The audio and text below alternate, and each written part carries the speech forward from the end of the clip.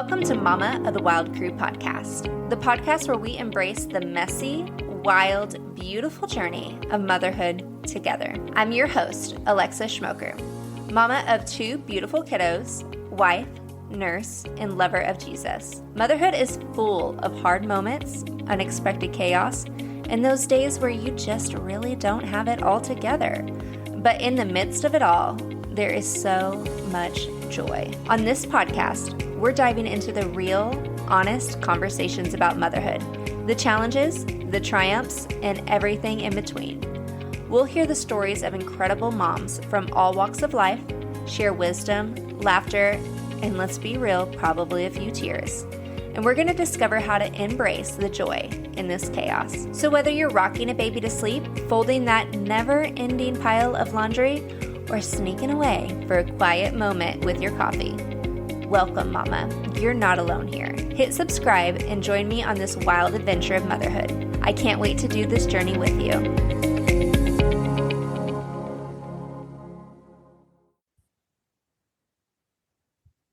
Hey mamas, and welcome back to another episode of Mama of the Wild Crew podcast, where we gather to celebrate the beautiful and messy and deeply meaningful motherhood moments. Today's guest is someone whose story will stir your soul, whose faith will absolutely encourage your heart. Kristen Christy is a mama of 4 earthside babies, a worship leader, and a woman whose story is marked by both deep sorrow and breathtaking joy. From experiencing loss and grief, to finding strength through surrender, to walking into her calling as a mama and a ministry leader, Kristen brings so much wisdom, raw honesty, and light to our conversation. I'm so grateful to share this space with her today, and I can't wait for you to hear her story. Welcome, Kristen. Hey, Alexis. Thanks so much for having me. I'm excited to be here today. So my husband, Bill, and I have been together for 18 years. We just celebrated 18 in March. We met and married when I was in college. Fun fact, he's 6.5 years older than me. He loves Jesus with all his heart, and he's literally just the most kind, serving husband and dad. He works on staff at our church as worship pastor, and I serve alongside him as well. And we moved back to Colorado about 12 years ago to the one place I said I never, ever wanted to live. But God just totally changed my heart, and I love it so much and never want to leave. Together, we have 4 amazing kiddos.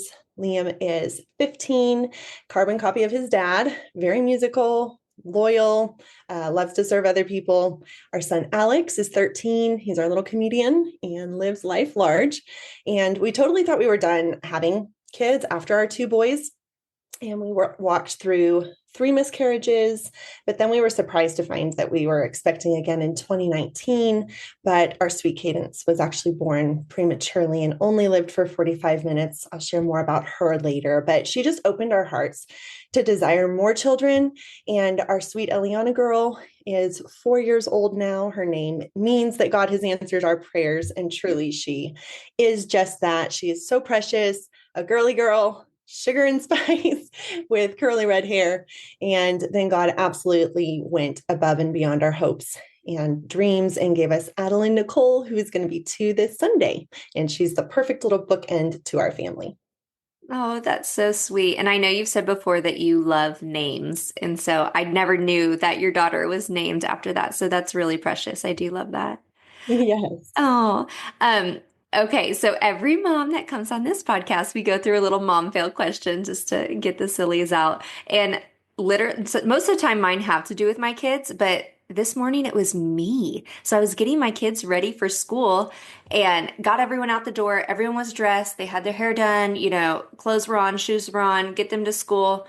I'm walking out, getting ready to go to work. I have my slippers on, and this is not the first time this has happened.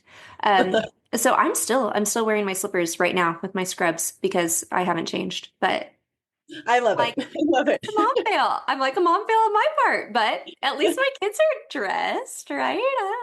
It's one or the other, I feel like. It's either them or us, never both, right? Something's got to give, right? I'm like, no one has noticed so far. So we'll see. I'm sure someone's going to point it out eventually. But what is your most cringiest, unpredictable mom fail? Oh, goodness. Okay. So having two boys, life is never dull. Never dull. I have two stories actually. I'll make them short, I'll make them quick. One is like a fail, and then one just like makes me laugh. So my biggest mom fail was one year we were taking our boys skiing, and my husband and I both thought that like the other one had grabbed the boys' ski pants. And when we got there, we were unpacking everything and we're like, okay, where are the ski pants? And it's like, no, we forgot them. Oh my gosh.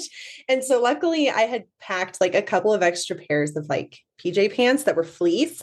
And it was a warmer spring day. So we were just able to just double up their pants. But we only lasted like a couple hours. And I just like, I could not believe it because it was like a few hours to actually drive there. Yeah. So that is my biggest mom fail. But then one time we were in Target making, the big potty stop in the family restroom, running here and there. Anyway, my little Alex had his favorite car in his hand. He was maybe 2.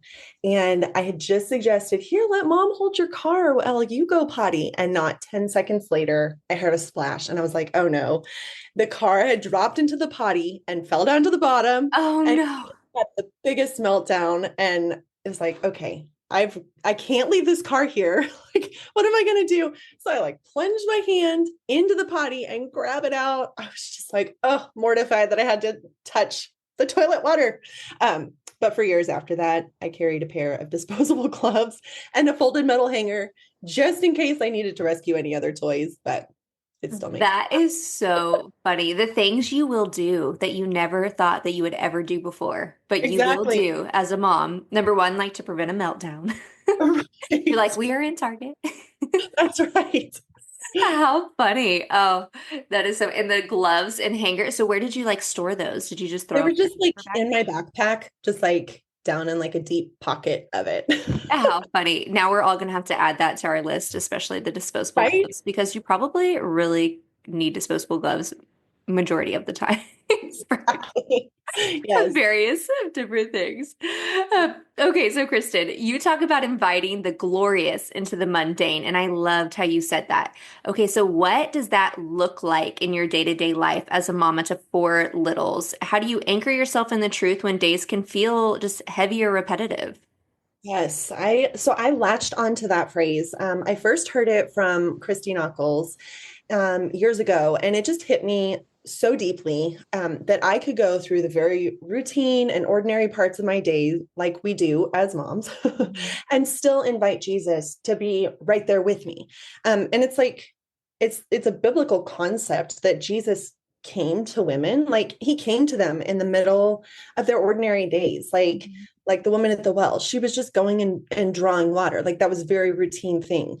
Or Mary and Martha were preparing for a dinner party, and Jesus came to those women. And so I know our days can feel heavy and repetitive, but that's where some of our deepest heart work is done as Christ followers. Like it's easy for us to put on a smile and give our all when others are watching, when it's something that's flashy and exciting and notable.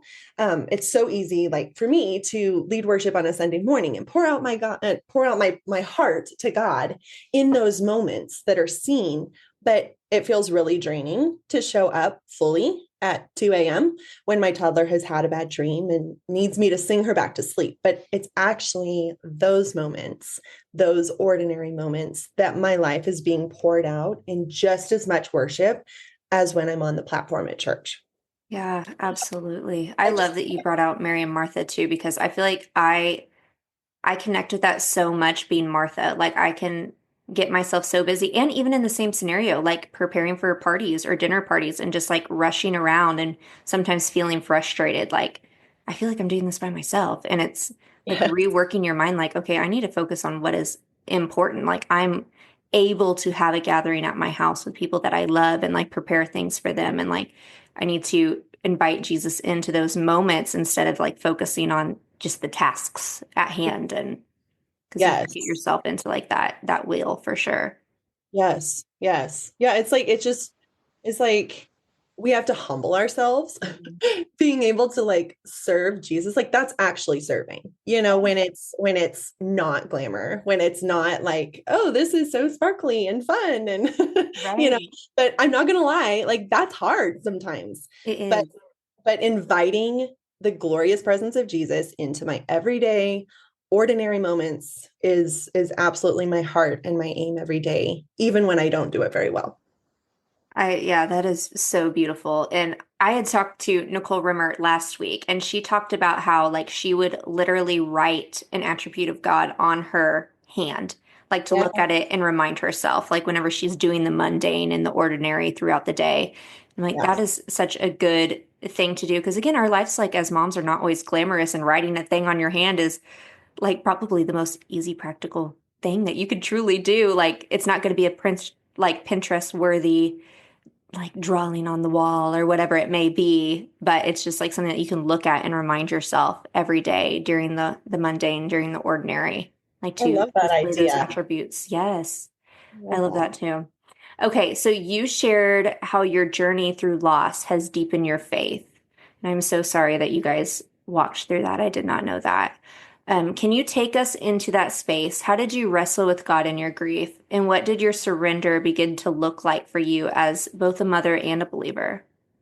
Yeah, absolutely. So walking through Cadence dying was the absolute most gut-wrenching thing I've ever had to do. It was a total surprise and shock that we were expecting another baby back in August of 2019. We weren't trying to get pregnant, and honestly, we were trying not to. Mhm. But from the beginning, we embraced this idea of having another baby, and we were excited to welcome another life into our family. So when she was born prematurely at 22 weeks and only lived for 45 minutes, I was just devastated that this precious baby that I had not even asked God for was just ripped from me. Like it just felt like a cruel trick. And I've known of other women who have experienced late term loss, but I never knew absolute gut wrenching experience that that is like my heart physically hurt, and some days like I felt like I couldn't breathe. My body was also going through like just all the normal postpartum things, like your milk's coming in and you're bleeding and you're having the hormone swings, like all the things, but there's like not the baby, there's just emptiness. And the middle of the nights were so hard because I would just wake up sobbing and just not understanding why, like why I was living this terrible nightmare. And so it definitely shook my faith and just made me take this step back and be like, wait, I've read about God's goodness and his faithfulness in the Bible, and I sing about all he has done and all that he can do. But this death, this loss and pain and grief, like this does not feel like goodness or faithfulness. And I really had to wrestle through that truth that God is good and God is faithful. Like that's his character. That's who he is, regardless of what I'm experiencing or walking through in life. And we're all going to go through hard things that we would never choose. But Jesus walks with us through that pain and loss. Like we grieve as followers of Jesus, but we grieve with hope because we have eternal life with God forever. And like Jesus actually promised that we would face trials. He Mhm. said that we would we would have hard things that we walk through, but that we could take heart because he has already overcome. So like I went from this place of feeling so wrecked, so numb, so abandoned, to rebuilding my faith and my trust, like taking it to a deeper level that I had never had. And it just became more personal to me in a way.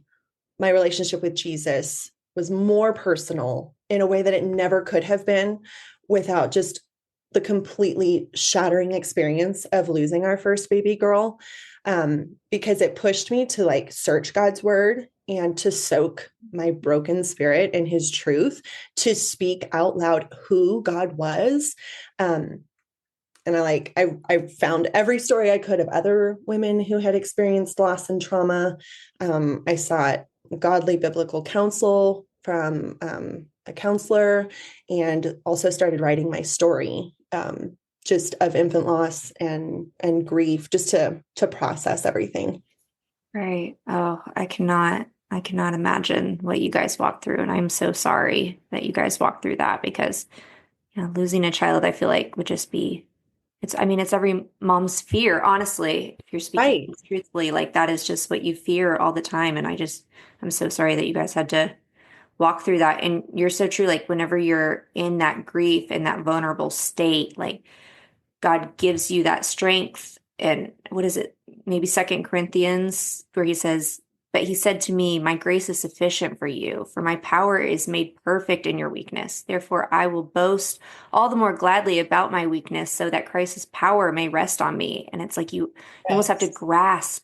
grasp onto those things and just tell yourself over and over. And I hope that if there's other moms out there, or if you know of a mom, you have a friend that's going through that, um, what would you kind of say or help someone walk through that? You said that you know had searched out other moms that had gone through this. You had gone to Yeah. counseling.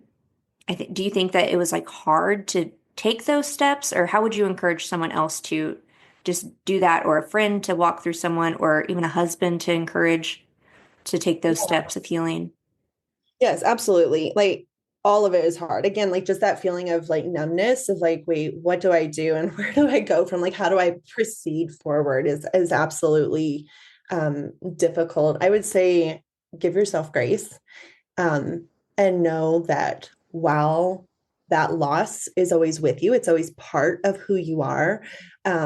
That that the depth of the pain does subside eventually. Um, and as a friend walking with somebody through loss, I would say just being there, being a listening ear. Like I think sometimes when we watch our friends go through tragic things, it's like we don't know what to say. And sometimes it's just saying, I don't know what to say, but I'm here for you. Like I'm a listening ear. I don't have words to fix it. I don't have words to change it. Um, and then also just like reaching out on, special days and birthdays of their heaven going, and just remembering them and saying their names. Like it's so special when someone will tell me, something about Cadence or something about that season of loss that stood out to them and ministered to them as we were like walking through that. Like that means so much to me. Right, right. Because I mean, I feel like you probably do want to invite that conversation in. And how do you like face it with your boys? Do you keep her in conversation? Do you talk about Cadence with your boys, or how does someone navigate that? Yeah, so we have a photo of her that we took with her little hat and blanket and everything. It's Hmm. so she's in with like the family pictures and that kind of thing, and so we still talk about her from time to time. And of course our little girls are old enough now that they're beginning to ask, who is Right. this? And so like I mean our boys came to the hospital after Cadence had passed away, and they were able to hold her. And Oh, um like it gave us opportunity as parents to be like, our time on earth is really so short, and for some of us like Cadence it's shorter than we anticipated. But just knowing that this life is so temporal, and being able to share that with our boys and being like, hey, heaven is where we're going, mhm. and we need to live every day as though it was our last, and love other people well and lead them to Jesus so that they can spend eternity with us in heaven too. Right. Oh, well, you have walked through just both of these seasons of heartbreak, and you expressed that you've walked through hiddenness. And in what ways would you say your motherhood like redefined your identity, not just as a mom, but as a daughter of God? Yeah, hiddenness and heartbreak. I like how you put that.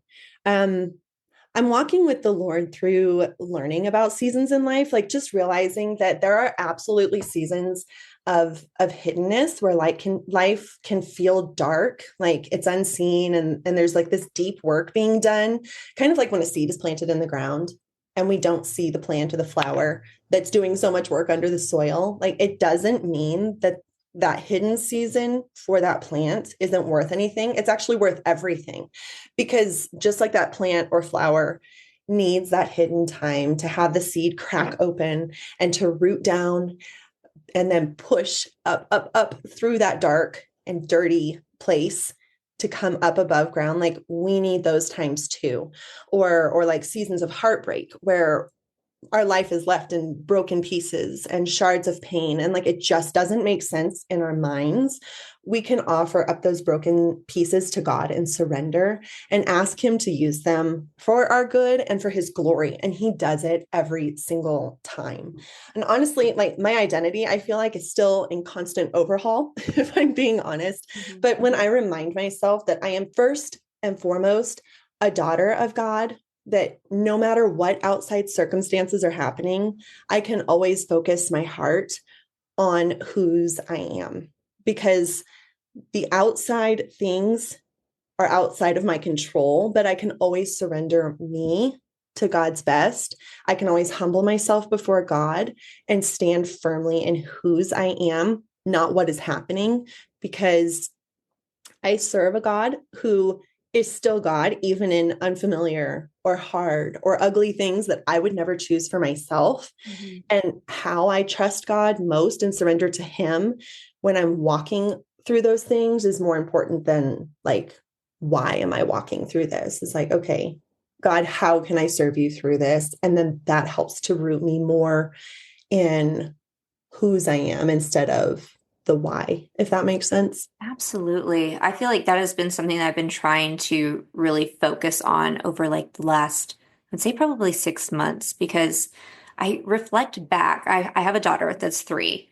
And so I Yes. reflect back, especially through like those middle school, high school times. And I just wish that I was more firm in my identity, like as a daughter of Christ throughout like those high school times, college times where I really struggled with like anxiety and like I look at myself now and still again like I know that my identity is in Christ, but I can find myself like you said like just going I guess not forgetting it, I guess, whenever I'm busy in day-to-day life. So really trying to anchor myself in being a daughter of Christ, and my identity is solely found in that. And then the rest of the things come from that. Like being a mother comes from that, being a wife comes from that, being a nurse comes from that.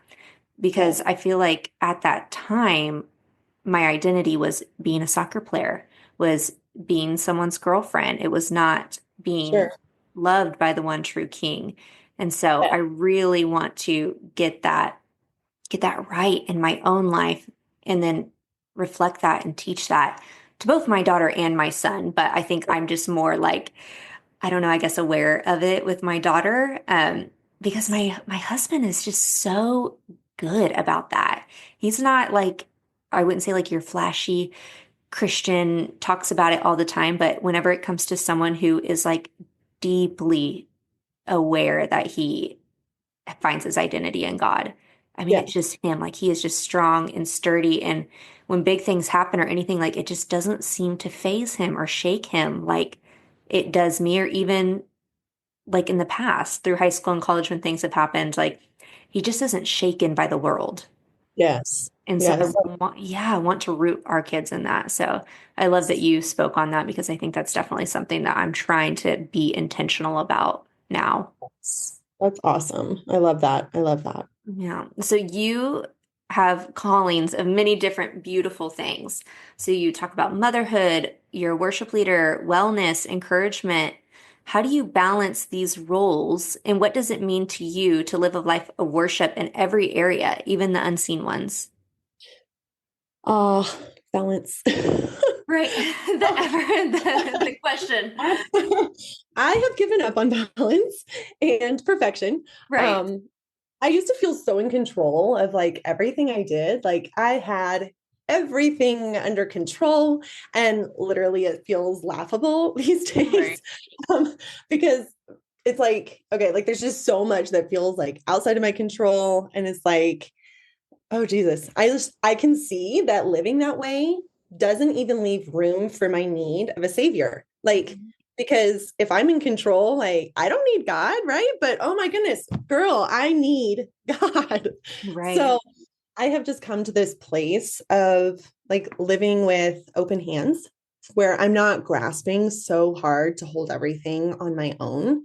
And with all the roles that I have, I'm just constantly asking God each day, like, show me what your best is for me today.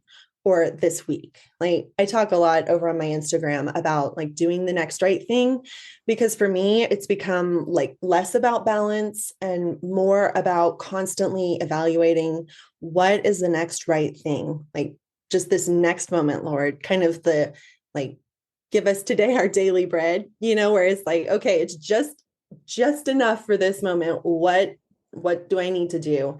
Because I know I can't juggle everything. Like I'm a human, so I have limitations, and that's a good thing. But I know that as moms, like we do have to juggle a lot.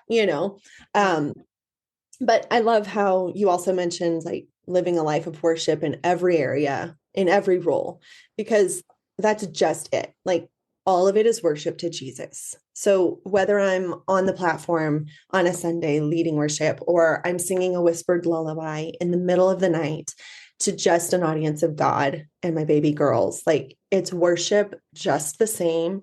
And it all matters to God. And kind of going back to the story of Mary and Martha, like ultimately, Martha came to Jesus so exasperated, like, Lord, I just can't do it all. Mm-hmm.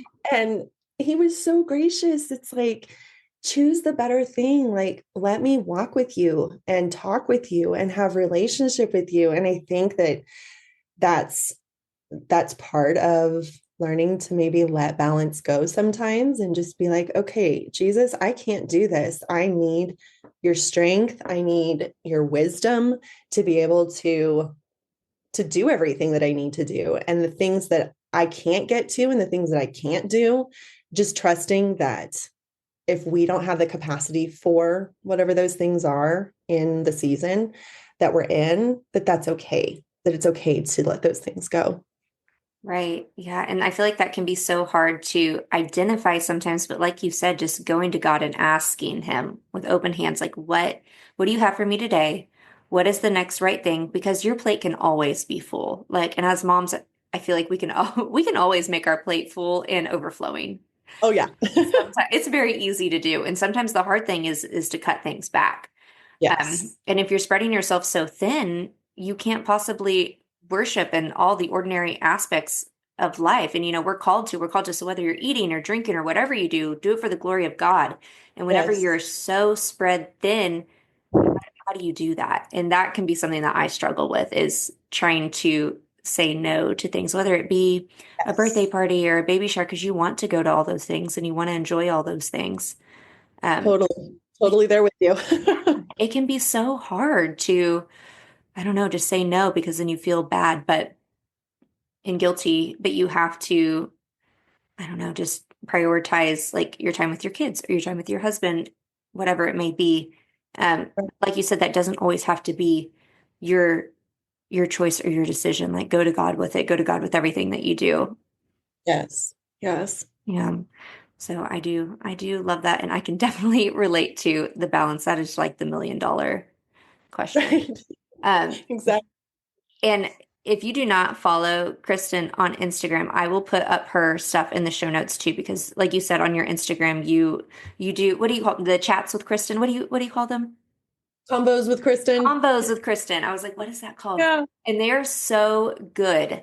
Um, Oh, you always put up like such encouragement, and it's not just encouragement, it's like practical things. Like you said, like doing the next right step. As moms, like again, we don't always have time to sit down and read through all these parenting books or whatever it may be that we want to, but like your information that you put out is so relatable and so practical and so encouraging that it just gives you like that fuel and something to latch onto to go throughout the day. So I definitely recommend going over and following Kristen. thank you so much. Hey there, Wild Crew Mamas. Some super exciting news. If you're like me these days, any day is a hat day. Literally, probably every day is a hat day. And we have 2 new hats for Mama of the Wild Crew podcast. I am so excited. And huge shout out to my sister-in-law, Brie, over at Schmoky Designs for taking these ideas and bringing them to life. We have Mama of the Wild Crew podcast hat, and we also have the cutest hat. It says Motherhood is my ministry, and ain't that the truth, guys? Head on over to our Instagram at Mama of the Wild Crew _podcast. DM me or comment on one of the posts and let us know that you want your hat today. Growing up, our parents had a super special tradition. We kept this big stork in our garage, and whenever someone either in town or one of our friends had a baby, we would all load up and go over to their house and put this stork in their yard to help them celebrate. It was one of my favorite childhood memories, and my sister Addison Sewell has carried on that tradition. She is the proud owner of Owasso Storks, offering personalized stork deliveries to families celebrating the arrival of a new baby. Whether it's a baby announcement, a baby shower, or to celebrate the birth of a little one, Owasso Storks is the perfect, thoughtful, sentimental gift. There are even options to celebrate proud big siblings and even those furry little family members. For a sweet, memorable gift, reach out to Owasso Storks. Check them out on Instagram. That's at Owasso Storks, at OWASSOSTORKS. And you can find their contact info in the show notes. Guys, this is just the sweetest gift. I have personally been blessed by a stork from Owasso Storks before Owasso Storks was a thing, and it was just the sweetest thing. So definitely reach out to Owasso Storks.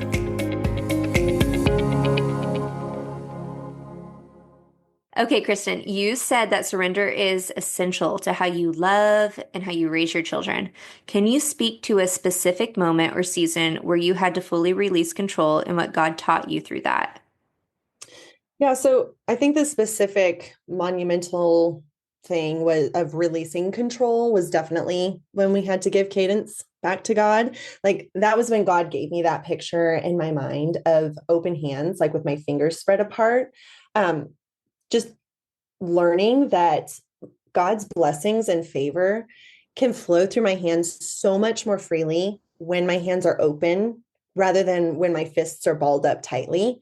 And like, it was just this realization that it's like, you know what? It doesn't matter if I'm pregnant with a child or I've birthed that child or whether it's my husband or anything that I am doing in life. Like I literally don't have control of those things. And so it's just by keeping my hands open and stewarding those things for whatever period of time I have to do that, that God is just able to move so much more freely when I'm surrendered. Let me be clear. I really don't have this whole surrender and trust thing figured out. Right. Far from it. Like it is still something I wrestle through and I'm learning and I'm growing in deeper ways all the time. Like it's like peeling back layers of an onion. Like just when I think I'm like, oh man, I am doing really well at trusting you, Lord, then he's like, okay, we're going to go to a new level then here, you know? But he just leads me in, he's been leading me in this season into just trusting him in new ways, like expanding my borders of releasing control, which is equal parts frustrating and freeing and uncomfortable and humbling. But God is so good and faithful. Like I can always tell that I am much more at rest when I am doing what I can do in my life and in raising my children and in loving my spouse. When I am doing those things, I am at so much more peace than when I'm striving and trying to control my kids' reactions or what my husband is and isn't doing and that kind of thing, you know? Right. Yeah, absolutely. Because man, control is such a hard thing to let go of. It really is. And it's like a balance though, because it's such a responsibility. So I go through times too where I'm like, I need control. And then sometimes I feel like I'm the opposite end of the spectrum. Like, I don't want any of this control. Like, God, please take all of it. Yes. So like you said, it is really like an ebb and flow. Like we absolutely work on like surrendering. But it's a continuous like work in progress. Yes. Yes, for sure. For sure. Like dying to ourselves daily. Absolutely. Every morning. It really does. Yep. It really does take every morning, every day, like just diving into the word, dying to yourself and just, start new. Yep. Because Yep. just like with your kids, every day there is always something or a new That's adventure. right. That's right. That's right. Always something. And you said, okay, so your husband, you said he works in the church too. What does he do? He does. So he is a worship and media pastor. So he's in our worship department, helps with putting together videos and getting those together for the weekend. And he plays lots of instruments. He can play the piano, the guitar, the bass. He's teaching himself the drums. He How sings. cool. So are So kids musical too? they are, yes. I started teaching the boys piano when, well, I think they were like four or five.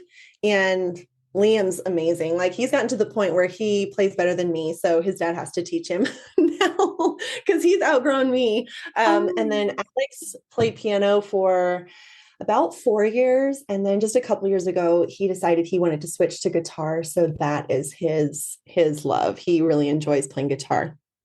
you guys are like a And then family Ellie, band. that's right. That's right. And Eliana loves singing. So Oh, anytime we're like at worship practice or anything, like she'll grab her microphone and she stands up there next to us singing and worshiping. And so it's so sweet. oh. That is one of my favorite things is watching my daughter crew pearl worship because she worships. Yes, I love that. Oh, it's so pure too. It Like is. Well, and they just, so on Wednesday nights, I'm a small group leader for high school kids, high school girls. So they do like worship service with the kids, and it's the kids that lead it, like the high school students that lead the worship, which I think is so awesome because they didn't do that when I was a kid. Yeah, and I'm like, I would have loved that. Um, yeah. but for the last one of the school year, I took her out of like the little preschool that they have there while we're doing our small group and brought her in to watch the big kids worship. And she has not stopped talking about it. Like it was the coolest thing because I think she always sees Oh, like adults worshiping, which is also right, so cool. I love that she's like surrounded by that. But it was just like seeing big kids worship was right. cool. And she Yeah. just stood in the aisle and sang and danced. And, she loves to like listen to worship music in the car. So it is so cool. And it just fills my heart so much. Oh, I love it. Little worshipers. I know it is just the cutest. Okay, so now that your boys are getting a little bit older and stepping into responsibility and identity, what has that revealed about your long-term fruit of staying faithful in those quiet years at home? Oh man, it is such a joy and blessing to see my boys as teenagers while raising toddlers again. Hmm. Like it keeps so much in perspective because yes, like there are some long days of raising babies and toddlers and wondering like I don't even know, am I doing this right? Is anything getting through? Am I really messing them up? Like being able to see the boys as teenagers, it's like, okay, there is some things that was getting through. And I think I was doing a few things right. Like um, having a huge age gap, like it's just confirmed over and over that while those years of snuggling and feeding and changing your babies, and then the training and correcting and cleaning up toddler messes, like it can feel so long and so mundane. But it's all joy and it's all a blessing because we're stewarding the hearts and lives of our children. Like we always say, like, we aren't babying babies, we're raising adults. We're preparing to launch the next generation of humans that God created for this exact moment in history. And there's no greater joy than being able to partner with heaven to make an impact in this world that outlives us. So yeah, it's been it's been a joy. I'm not gonna lie, it's also been tricky. Like having toddlers and teens is really wild some days, is really loud, is really crazy. Yeah. But when I step back and just look and see, okay, it's all going to work out. It's all going to be okay even in the crazy moments. So, It is. My youngest sister is just graduated college this weekend. So oh, we have a big age gap too. okay. So Okay. it's fun. And I mean, Yeah. it changes like through the seasons. I feel like it's gone like in and out of being like more of a mom role on my end to now we're like kind of navigating into like more of a sister role, Yes. instead of So just because we're so special. far apart in age. Um, so it's so cool to like see that transition and then also to see her flourish. I mean, she's about to go to PA school. So it's really cool. And so I'm excited for you guys to kind of go through that too, and your boys to go through that because that's so fun. And I can't even imagine like the boy girl difference because, boys just gotta love and protect those little girls, huh? That's right. That's right. And they do. They are amazing brothers. I tell them all the time, it's like, man, you're gonna be good dads one Yeah, day. absolutely. Because I mean, most boys aren't exposed to that. I feel like even having my sister that much younger, it just exposed me to babysitting and changing diapers. And, I was Right. old enough to participate in those things, whereas a lot of people didn't. And how cool is that for boys to be able to do that Right. too? Yeah. Exactly. And just help and care. And I loved how you talked about raising the next generation because Yes. have you seen like that?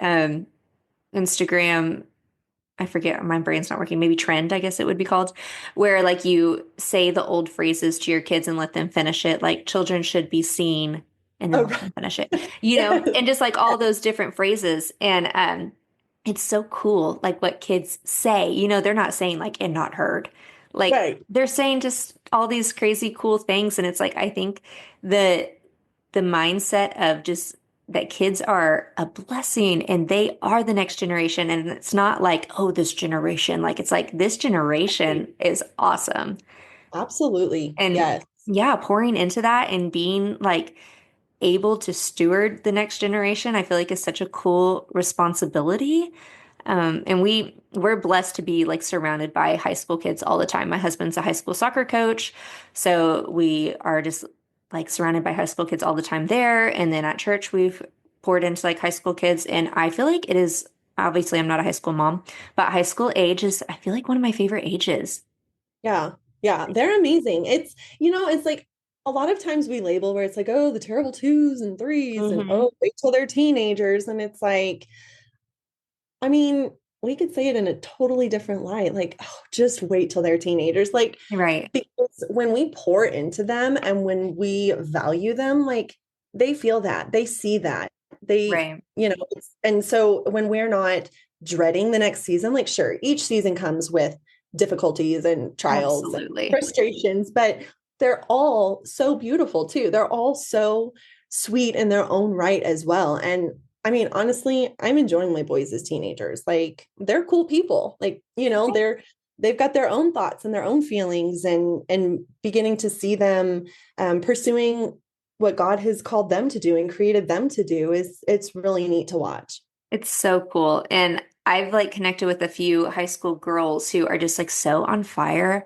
for God. And it's so cool just to see them live that out in their day to day. And just, Yeah. I mean, the way they talk and the way they act and the way they carry themselves, like I'm just constantly impressed by them. And I just absolutely love it. And I love that like my kids have that to look up to.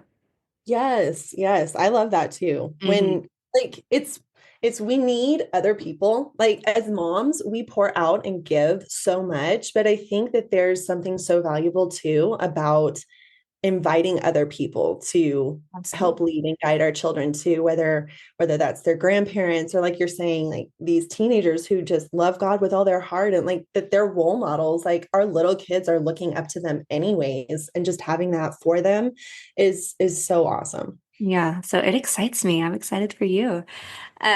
Okay, Kristen, I appreciate it so much. Thank you so much for coming on today and sharing your Thank you heart for with having us, me. letting us see both the beauty and just the vulnerability of your brokenness and how it shaped your journey. Your story is a reminder that there's so much hope on the other side of heartbreak and that motherhood is sacred, even in the mundane, even in the worship, like worshiping every single day it's just not a song. It's how we live and how we surrender and how we love our families in the day in and the day out. If today's conversation has moved you, I encourage you to follow Kristen on Instagram. It's at kk.christy at kk.christy. It's where she encourages women to do the next right thing in their health, in their home, in their faith, all the things, moms. So, mamas, wherever you are today, whether you're in the thick of it, whether you're walking through a season of peace, And just know that your story matters. You're not alone. We're here for you. There's so many mamas out there that love you and that are praying for you. So thank you so much for joining us on here today at the Mama of the Wild Crew podcast.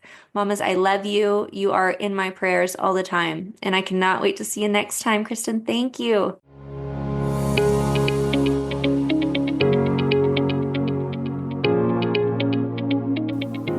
Mama, I am so grateful that you took time out of your busy schedule today to listen to Mama of the Wild Crew podcast. I'm Alexis Schmoker, and I hope you loved this conversation and that it resonated with you. Thank you so much for opening up your circle and letting us in as we walk through this wild ride of motherhood together. Remember, in the chaos of motherhood, there is always joy to be found. So keep looking in those little moments that make it all worth it. Be sure to follow along on Instagram at mamaofthewildcrew_podcast. Please don't forget to like, subscribe, and share our podcast. I'd love to hear from you, so comment, tag me, DM me, let me know what you think, and let me know what you'd like to hear next. Mama, I am praying for you, I love you, and I cannot wait to see you next time.